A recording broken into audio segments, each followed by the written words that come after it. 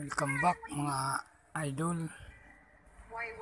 Ang bagong inutos ng bansang China ang tungkol sa pag-aresto sa mga mangisdang papasok sa kanilang teritoryo. Pero Pilipinas ay umalma.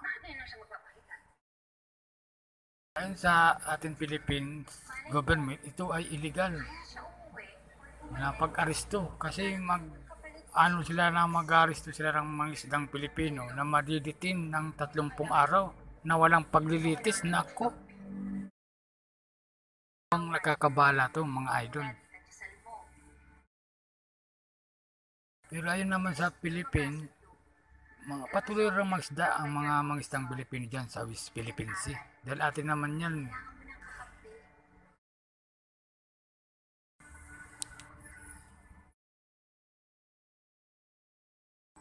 Kaya grabe ito ginagawa ito ng mga China na to mga idol. Masyado na siyang provocation at ang tawag niya na ano sila, yung parang provocation na hindi maintindihan. Sabi ng Philippine Coast Guard, mga taktik nila yan.